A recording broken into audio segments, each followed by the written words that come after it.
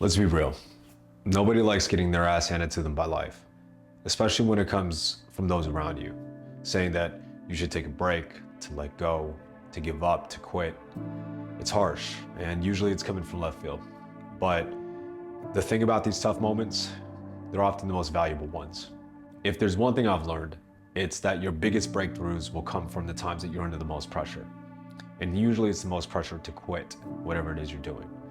When people say stop, it's usually because they can't handle the discomfort that you're willing to endure. And when doubt shows up from others or from within, the question isn't whether you'll face it, it's whether you'll push through it. So let's break this down. Why is it hard to stay committed? And then also, what it takes to keep moving forward when the world says you're done. First piece, the reality of doubt. Let's face it, doubt is part of every path worth walking. No matter how clear your vision is, no matter how much fire, motivation, or enthusiasm that you start with, doubt is going to show up. And it'll come from all angles. Friends, family, sometimes even people you don't know who think that they know what's best for you. And I guess we could always ask why. And it's because the moment you tell someone you're pushing beyond the norm, their insecurities begin flaring up. It's easier for them to tell you to settle than to confront the fact that they haven't pushed themselves to that limit, or they have faith that they can push themselves to that limit. But here's what you need to remember. If you're facing doubt, it means that you're on the edge. People won't question if you're comfortable, if you're blending in. But the second that you start aiming higher than what they can see, everyone has an opinion. And that's fine. Let them talk. Just remember that doubt is a normal reaction to any pursuit that requires pushing beyond what the person knows and understands. So, what's the biggest piece of doubt you've faced in your journey so far? If you could drop it in the comments, help share, I'll make sure to respond back. But I also want to be able to give you some type of framework. So let's talk about that. Think about doubt as a mirror. It's not there to make you quit. It's there to show you what you believe is currently possible. It's showing you what you know that you've experienced in the past that you've seen success with. When people question you, they're projecting their own limitations, not yours. So the next time someone doubts you, ask yourself, what does this reveal about their limits? Not mine, not yours. Now, there will tend to be always some type of external criticism. When you set out to pursue a path that's different, challenging, or non-traditional, critics are always inevitable. They'll appear sometimes when you least expect it, and their doubts can quickly become heavy weights if you're not prepared to handle them. But the truth is, criticism often reveals more about the person giving it than it does about you. Recognizing the type of critic you're facing can help you decide whether input holds any value or if it's just noise meant to throw you off. Let's break down the 3 common types of critics and how to keep your focus intact. Number 1, the passive critic. That is the well-meaning doubter. The passive critic usually isn't out to tear you down. They're more often someone who questions your choices out of concern. They might be a family member, a close friend who's grown up with you, or who just knows you really well with a conventional view of success. Someone who wants you to take the safer path. They might say things like, "Are you sure this is a good idea?" Or maybe you should have a backup plan. The passive critic's concern often comes from a place of caring and love, but it's shaped by their own experiences, their fears, as well as their limitations. They may have faced setbacks or disappointments in their own life, and without realizing it, they're now projecting those fears onto you. So here's how you can handle that. Acknowledging their concern without letting it define your path. Appreciate their perspective, but remember that their doubts are rooted in their own story, not yours. Politely reassure them that you are committed, that you've made a commitment, and recognize that their doubts don't have to alter your course. Use their concern as a reminder of why you're doing this. For people who believe in you, but may not fully understand your vision yet, this reminds me of a quote that I was told a while ago. Do it for the people that didn't. Number 2, the skeptic, the cynical doubter. The skeptic is someone who often questions anything that doesn't fit within their worldview. They may not be close to you personally, but they tend to vocalize doubts about the choices and ambitions of others because they themselves would never dare to pursue those types of paths. Skeptics might say things like, "That's just not realistic," or "Most people fail at this." The skeptic's criticism typically comes from a place of cynicism or insecurity. They have their own unresolved doubts and would rather pull others down than confront the limitations they've set on themselves. When they see someone else challenging the status quo, it reminds them of the path they chose not to take. So here's how to handle that. Understand that the skeptic's words are rarely about you. They're often about their own limitations and beliefs. Let their criticism just roll off. Don't waste any energy trying to justify yourself. Let them have their own view. Instead, see their doubts as a chance to strengthen your own resolution towards what you're doing. The skeptic's disbelief can become fuel. Let it remind you that achieving something meaningful requires standing firm in the face of doubt. And lastly, number 3, the intentional detractor. Unlike the passive critic or the skeptic, they're not offering criticism out of concern or personal limitation.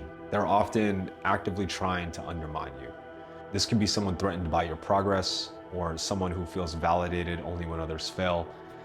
They might say things like, "People like you don't succeed in this," or "I just don't think you have what it takes." Their words can be cutting if you don't have thick skin, and that's because they're really trying to aim at disrupting your momentum. Envy, insecurity, even a fear that your success will reveal something that's lacking within them. They see your commitment as a threat and will intentionally plant seeds of doubt, hoping you'll lose your conviction. So how to handle this? Recognize that the sabotager has a motive for what they are, and that's a reflection of their own insecurities. Don't internalize their words, and definitely be strong and resist the urge to engage in confrontation. Instead, stay focused on your work. Use their energy to sharpen your focus and strengthen your boundaries. And in many cases, the best way to counteract a sabotager is through silent resilience. Let your actions speak louder than their words.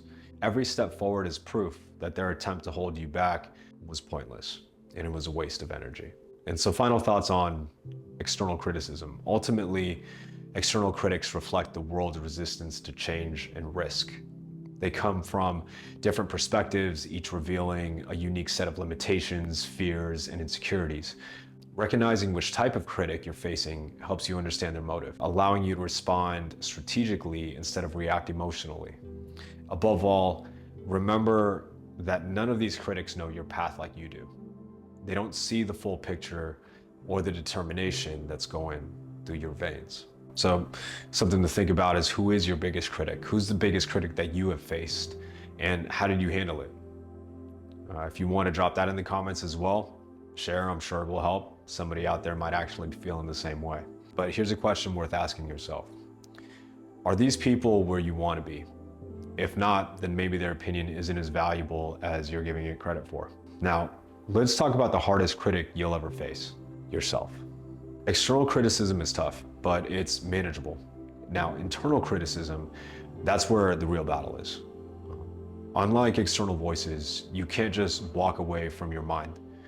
When you doubt yourself, it's like your own shadow working against you. The inner critic, that one's relentless.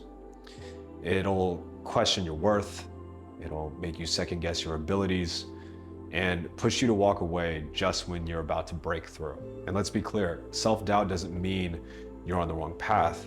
Often it's a sign that you're on the right one. Self-doubt is a natural reaction to risk. It's that primitive part of your brain trying to protect you from failure, trying to protect you from getting hurt. I want to introduce something that can help. I call it the shadow of doubt method. When self-doubt hits, you just don't ignore it, you face it. Write it down, write exactly what you're doubting, then take a moment to counter each doubt with evidence. Times that you succeeded, times that you pushed through before, and your vision for why you're doing this. When you look at self-doubt head on, that's how you take control. Sometimes it's easy to think that you're the only one fighting doubt, the only one who has to push through this kind of resistance. But think about some of the people we respect most in history. They're often the ones who faced relentless doubt and pushed through anyways. Doubt doesn't care about your passion, and neither should you.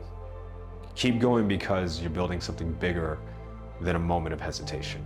Now, I want to talk about building resilience to stay committed. Resilience is more than just endurance. It's not about surviving the challenges, but thriving because of them. Resilience is built deciding again and again that this is worth it. Now, there are 3 pillars of resilience. 1, purpose. Ask yourself why you started this journey in the first place. Reconnect with that reason daily. Purpose is the foundation of resilience because it reminds you of what's at stake. 2, consistency. Show up every day. Commitment isn't a feeling, it's a decision.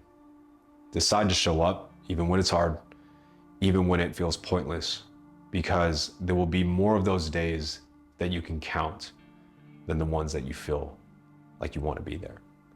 Each day you stay committed, your resilience continues to develop. 3, selective focus. Stop listening to every opinion. Focus on those who matter, those who push you forward, those who believe in you, and those who bring more value to the table than just what they think. And if you can't find those people, learn to tune out everyone else. Now, I want to hit on the topic of the power of self-belief. Self-belief isn't arrogance. It's fuel. It's what drives you. If you don't believe in yourself, it doesn't matter how many people are on the sideline cheering you on. Self-belief is built by holding yourself to your own standards and then pushing through when things get hard. It's about staying to those standards that you set for yourself and not leaving for the possibility of room to change. I want you to try this now. Write down 3 things you're proud of every night. They don't have to be big. Maybe you showed up today, maybe you learned something new. These little acknowledgments will remind you that you are capable. Over time, they'll become the proof you turn to when self-doubt creeps in. At the end of the day, the world will keep spinning whether you quit or not. If you stop, it'll go on. And when you quit, you're the one who has to live with that decision. The world doesn't care. But if you keep going, if you push through, that's a different story. Think about anyone you respect who has achieved something great. They didn't stop when it got hard. They didn't stop when people told them it wasn't worth it. They pushed through for themselves. And here's the bottom line. No one else can see what you see. No one else can feel the motivation, the fire, the reasons that you feel. So if the world says stop, remember this. You don't owe anyone an explanation for staying the course. If this matters to you, that's reason enough. Stay committed, stay resilient, and stay focused. If you're still here, it means something resonated with you. Hit subscribe, leave a comment on what keeps you going, and share this with someone who needs to hear it. Let's keep growing together. Growth over fear, always.